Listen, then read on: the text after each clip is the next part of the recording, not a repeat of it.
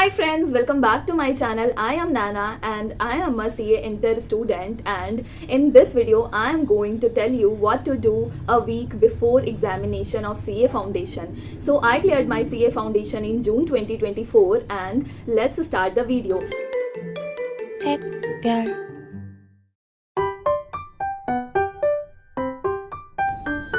Start करने से पहले अगर आपने मेरे प्रीवियस वीडियोस नहीं देखे हैं जो कि सीए फाउंडेशन से रिलेटेड है तो please go and watch that, and if you are CA foundation student और doing CA so then please subscribe to this channel, I will help you a lot.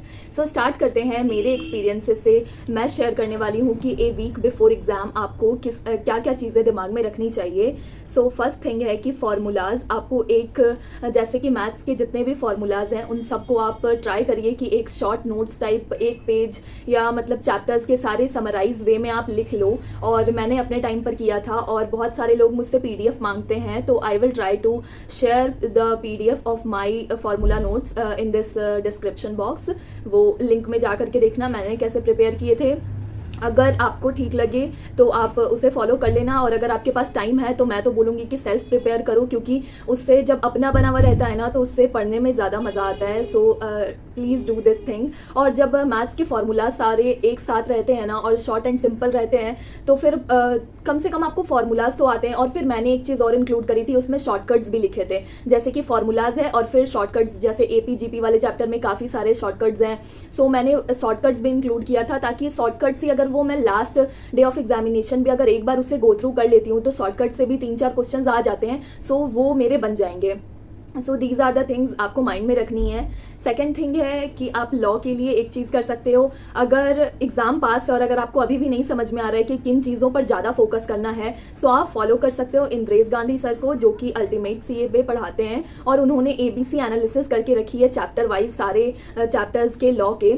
सो मैं डिस्क्रिप्शन में लिंक दे दूंगी और मैं उनको फॉलो करके गई थी. सो वो मार्क करवा देते हैं टॉपिक के आगे कि ये ए कैटेगरी के टॉपिक है, ये बी कैटेगरी के टॉपिक है, लाइक दिस. और उसके बाद जैसे डायरेक्ट क्वेश्चन है तो डायरेक्ट क्वेश्चन कहाँ से आने के ज़्यादा चांसेस है, आपको कौन कौन से पोर्शन एकदम डायरेक्ट क्वेश्चन के लिए अच्छे से याद करने हैं, ये सारी चीज़ें आप उससे सॉर्ट आउट कर सकते हो. सो ये बहुत हेल्पफुल होगा. थर्ड है कि लॉ में स्मॉल एक्ट जैसे कि एलएलपी और इंडियन रेगुलेटरी फ्रेमवर्क वाला जो है वो जनरली लोग छोड़ देते हैं ये सोच करके कि छोटा सा चैप्टर है, छोड़ देते हैं. बट इन माय ओपिनियन आप उससे करके जाओ, 5-7 मार्क्स वो सबसे कंफर्म होते हैं और वो सबसे वेरी बेसिक क्वेश्चंस आते हैं. सो आप जस्ट एक बार चैप्टर पढ़ लोगे ना और किसी की अगर इंपॉर्टेंट क्वेश्चंस की वीडियो देख लोगे या आईसीआई मॉड्यूल के भी पीछे के क्वेश्चंस कर लोगे ना तो that's enough for those chapters. और उससे आपके मार्क्स लिख के ले लो. वो डायरेक्ट क्वेश्चंस ही आते हैं दोनों चैप्टर्स में, ज़्यादा केस स्टडी में भी दिमाग नहीं लगाना है, बस खाली समझना है इसमें क्या हुआ और डायरेक्ट क्वेश्चन आता है. सो बस आपको पता होना चाहिए कि किस टाइप के क्वेश्चंस आ सकते हैं. और मैं रिकमेंड करूंगी इन दोनों चैप्टर्स के लिए तो आप आईसीआई मॉड्यूल के क्वेश्चंस देखो और इंडियन रेगुलेटरी फ्रेमवर्क में पीछे में आई डोंट थिंक कि बिग क्वेश्चंस दिए हुए हैं. सो आप डिटेल्ड क्वेश्चन के लिए जो अग्रिका खत्री मैम हैं आप उनकी वीडियोस को रेफर कर सकते हो. उन्होंने इंडियन रेगुलेटरी फ्रेमवर्क के 10-12 क्वेश्चन डिटेल में बताए हैं कि कौन कौन से डायरेक्ट क्वेश्चन आ सकते हैं. मैं उसकी भी लिंक यहाँ डिस्क्रिप्शन में दे दूंगी. सो वो हेल्पफुल रहेगा, उससे प्रिपेयर करके चले जाना. मैंने उसके अलावा इंडियन रेगुलेटरी फ्रेमवर्क में और कुछ भी नहीं किया था और क्वेश्चन आई थिंक ये 10-12 क्वेश्चन से मिलते जुलते ही आए थे एग्जाम में. सो फोर्थ पॉइंट है channel to watch before exam, यानी कि 1.5 डेज जो बचेगा उसमें आप कौन कौन से चैनल देख सकते हो. सो एक अनअकैडमी देख सकते हो, लॉ के लिए मैंने देखा था. अकाउंट्स मैंने खुद से किया था, अकाउंट्स में मैंने किसी को भी फॉलो नहीं किया था. फिर ग्रूमिंग एजुकेशन को आप इकोनॉमिक्स के लिए कर सकते हो, हार्दिक मनचंदा सर को भी इकोनॉमिक्स के लिए कर सकते हो. और मैथ्स के लिए मैंने ग्रूमिंग एजुकेशन को किया था. और आप अगर अभी जैसे आज मैं वीडियो डाल रही हूँ सो इतने दिनों का टाइम है अभी एग्जाम में, तो अगर आपको एक बार चैप्टर्स के 1 शॉट देखने हैं मैथ्स में तो मैं उसके लिए सजेस्ट कर सकती हूँ अल्टीमेट सीए में जो प्रणव पोपट सर पढ़ाते हैं उसका जो ओटीएम होता है उनके वीडियोज़ में एक ओटीएम करके वीडियो सीरीज़ है. सो आप वो देख सकते हो, वो शॉर्ट एंड सिंपल में समझाए हुए हैं. पर मैं ये बोलूँगी कि 1.5 डेज में ज़्यादा वीडियोज़ में टाइम मत वेस्ट करना, अपने नोट से पढ़ना. मैंने भी दोनों को मैनेज करके किया था क्योंकि मेरा ये मानना है कि अगर मैं वीडियोस नहीं देखूंगी ना तो मुझे ये नहीं पता चलेगा कि टीचर्स क्या सोच रहे हैं और कैसे कर रहे हैं. सब कुछ मैं ही खुद से कर लूँगी तो और ना 1.5 डेज जो भी मिलने वाले उसके प्लान प्लीज़ पहले से बना लेना. इसीलिए मैं आज ये वीडियो डाल रही हूँ ताकि आपके पास टाइम हो, आप उस दिन क्या क्या करने वाले हो, किसको फॉलो करने वाले हो, आप टीचर्स के प्लान देखो, आ जाते हैं कि मैं ऐसे पढ़ाने वाला हूँ. और मैक्सिमम टीचर्स आपको नोट्स से पढ़ने के भी टाइम देते हैं, सो आप ऐसे डिसाइड कर सकते हो दोनों को बैलेंस करके पढ़ के जाना। फिर 5th पॉइंट है कि ओन नोट से पढ़ना। हाँ, ये तो हो गया कि दोनों को बैलेंस करके पढ़ना, यही था 5th पॉइंट। 6 पॉइंट्स है कि सी मॉड्यूल मार्क क्वेश्चन। अगर आपने ये ट्रिक फॉलो करी होगी, जैसे कि मैं करती थी कि कुछ भी अगर हार्ड लग रहा है मेरे थ्रू आउट द स्टडीज़ में, सो मैं उसे मार्क करके रखती थी। ICI मॉड्यूल मेरा पूरा कलर्ड है, सो मैंने 1.5 डेज़ में ट्राई किया कि एक बार बहुत जल्दी में उन सारे पॉइंट्स को मैं देख लूँ जो भी पॉइंट्स मैंने छोड़े थे या थोड़े से भी मुझे डिफ़िकल्ट लगे थे। सो ये सारी चीज़ें आप कर सकते हो। अगर मार्क किए हो तो बहुत अच्छी बात है, वरना आपको एक बार जब आप ICI मॉड्यूल देखोगे तो आपको अपने अंदर से पता रहता है कि आपको कौन सी चीज़ें हार्ड लगी थी, तो एक बार हार्ड वाली चीज़ों को थोड़ा सा गो थ्रू कर लेना।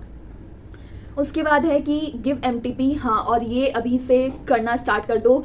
मुझे नहीं पता आप लोगों ने क्या किया है, नहीं किया है, MTP सॉल्व किया है, नहीं किया है, बट अगर कर भी लिया है तो भी आज से स्टार्ट कर दो टाइम बाउंड वाला टेस्ट, और टाइम बाउंड से दे करके बैठो और फिर एनालाइज करना मत भूलना। एकदम होता है ना, जो उनके आंसर्स है उससे मैच करो अपने आंसर्स को और फिर एनालाइज करो कहाँ गलती कर रहे हो, और फिर जा करके ये निकालो कि आपको और कहाँ भी मेहनत करनी है। 1 वीक से ज़्यादा है अभी आपके पास, तो अभी आप ये कर सकते हो आराम से।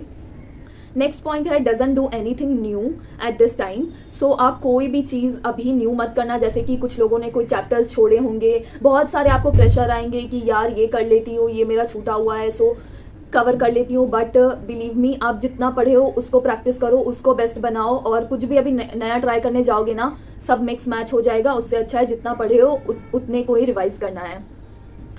नेक्स्ट है एक लॉ के लिए पॉइंट है कि लॉ में बहुत लोग पूछते हैं कि सेक्शंस और केस लॉज कैसे याद करें।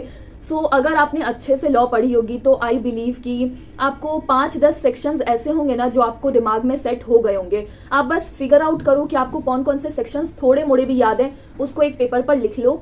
मैं बोलूँगी 10-15 से ज़्यादा सेक्शन याद करने की ज़रूरत नहीं है। और अगर आप किसी टीचर को फॉलो कर रहे हो, 1 शॉट वीडियोज़ ये सब देख रहे हो एग्ज़ाम टाइम पर, तो वो टीचर्स बता देते हैं कि कौन कौन सा सेक्शन इंपॉर्टेंट है, तो वही लगभग 10 सेक्शंस याद। आई बिलीव कि आपको कुछ सेक्शंस याद आ जा रहे होंगे। जैसे कि सेक्शन 2 में डेफिनेशंस होता है, तो 1-2 डेफिनेशंस आप देखोगे तो सीरियली आप लिख करके देखोगे ना, तो आप रियलाइज़ करोगे कि हाँ ये तो चीज़ें मुझे याद ही थी।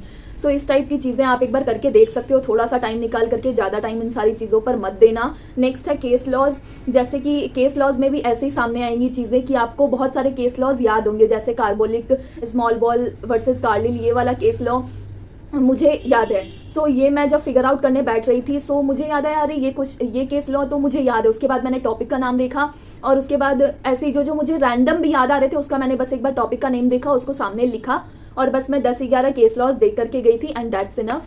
सो these are some tips from my side and from my experience. Hope you like this video. और अगर फाउंडेशन में हो और जैन अटेम्प्ट के लिए प्रिपेयर कर रहे हो या सितंबर अटेम्प्ट अभी देने वाले हो, तो best of luck for you all.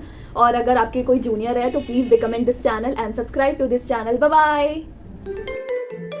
셋, 별.